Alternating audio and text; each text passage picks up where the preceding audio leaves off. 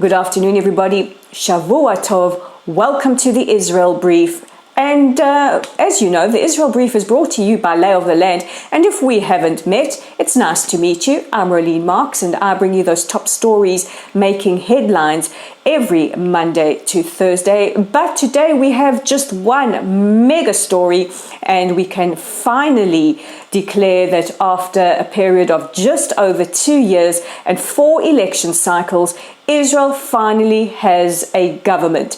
The unity government was sworn in yesterday in a very lengthy session in the Knesset, and this historic government made up of parties from the far left to the right, and including for the first time in a ruling coalition, the Islamist Ra'am party. So let's take a look at those parties who have made up the ruling unity coalition government. And we have in the left, we have Meretz, and we have the Labour Party. Firmly in the center, we have the blue and white and Yesh Atid, that is chaired by Yair Lapid.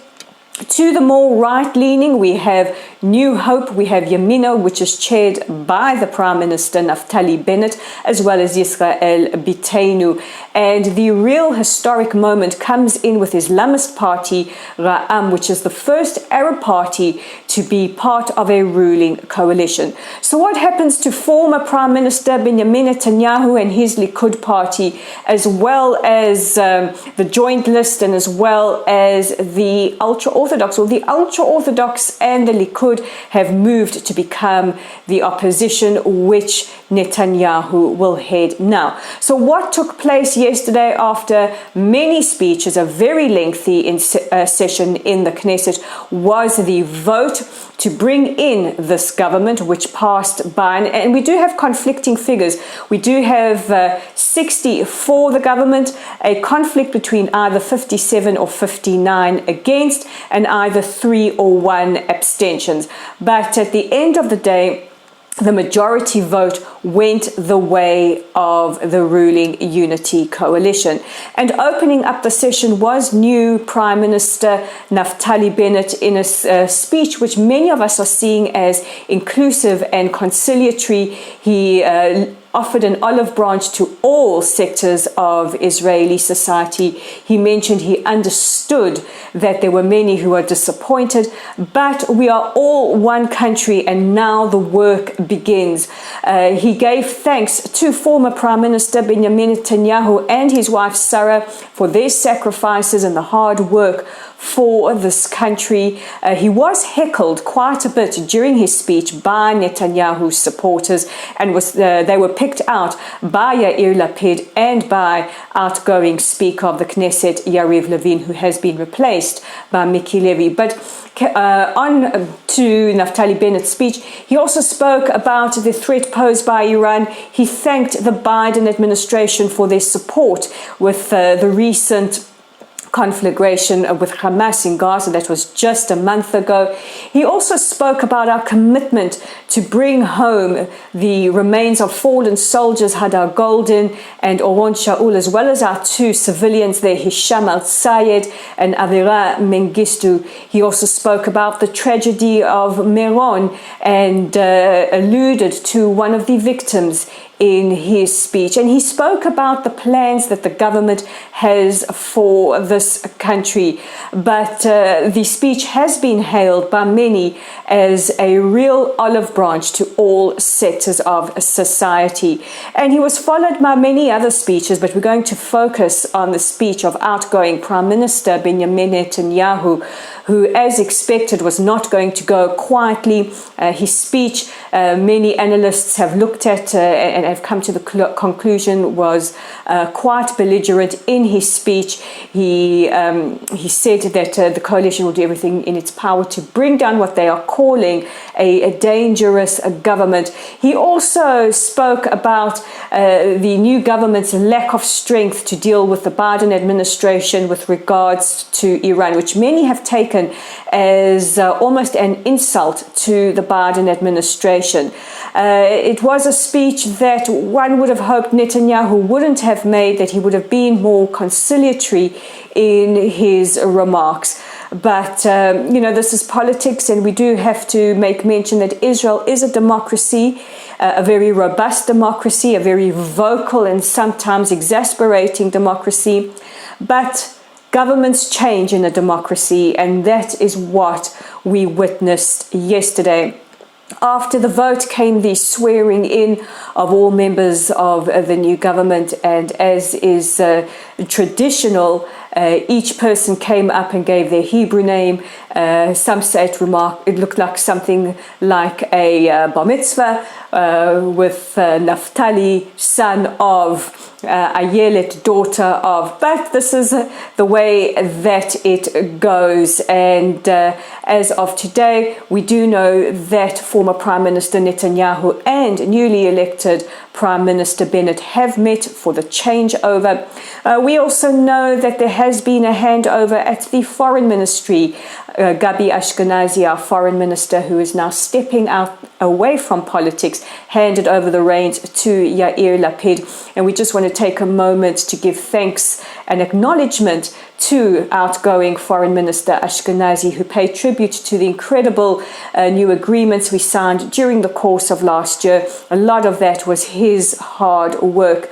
In his opening remarks, Foreign Minister Lapid mentioned that diaspora Jews are our family, and family always comes first. And he said very wisely that saying everything is anti-Semitic is not a policy, and that is something to be worked on. Next month, we will see our much-loved president, Ruvi Rivlin, step down as his term comes to an end and welcome in new president-elect Isaac Herzog. We've also heard congratulation messages coming from around the world. President Biden released a statement. He also called Prime Minister Bennett. And we've heard from the UAE. We've also heard from Vladimir Putin. The Russian leader spoke about the need for cooperation in the region. We've heard from Angela Merkel, Boris Johnson, the United Arab Emirates, and various other world leaders. As you can understand, there were some people who were greatly disappointed last night and made their dissatisfaction known, and there were many that were jubilant. And the scenes around Rabin Square, or Kikar Rabin in Tel Aviv, were that of jubilation. But what do the Palestinians think of this? Mohammed Shtayyeh, he is the Palestinian Authority Prime Minister. He said the ending of 12 years of Benjamin Netanyahu is an end to one of the most tumultuous times in the Israeli-Palestinian conflict. So this is going to be interesting, because in his speech yesterday, Prime Minister Bennett said that Palestinians have to take responsibility for their actions. He also spoke about the importance of building up the economy, creating employment for the Palestinians, and that is a viable road to peace.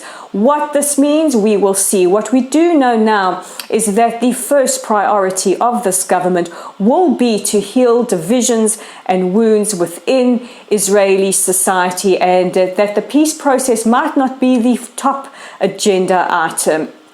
But it's a new day in Israel. We have a new government, and it's time to work forward.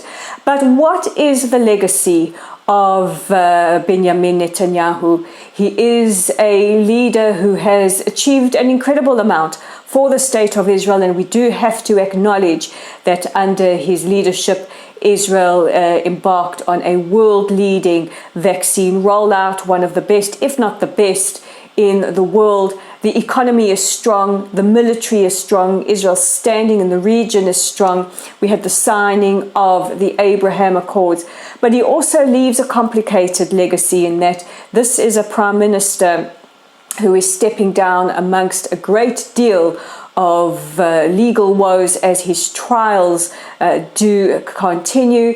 He is a man who is seen as largely divisive between Israel and diaspora communities, and this chasm is one that the new government is going to have to heal, as well as, and Bennett did mention it in his speech yesterday, have to work with both major parties in the United States, our greatest allies. One of the criticisms towards Netanyahu is that he focused more on the Republican Party and less on the Democratic Party, and those are relationships that are going to have to be worked on. One thing is for sure, there is never a dull moment here in Israel, and Israelis are just happy that our election cycle has ended. But the question remains is, will this unity government hold?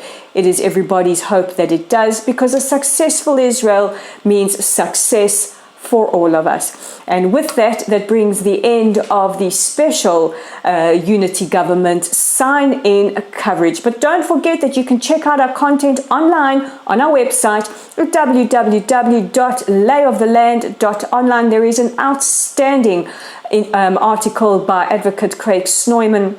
It takes a look at some horrendous personal attacks by Ronnie Kasrils, a former minister in the government of that country, on that country's chief rabbi, Rabbi Goldstein. It's also up on our Facebook page, so check it out. It's posted right under this very brief.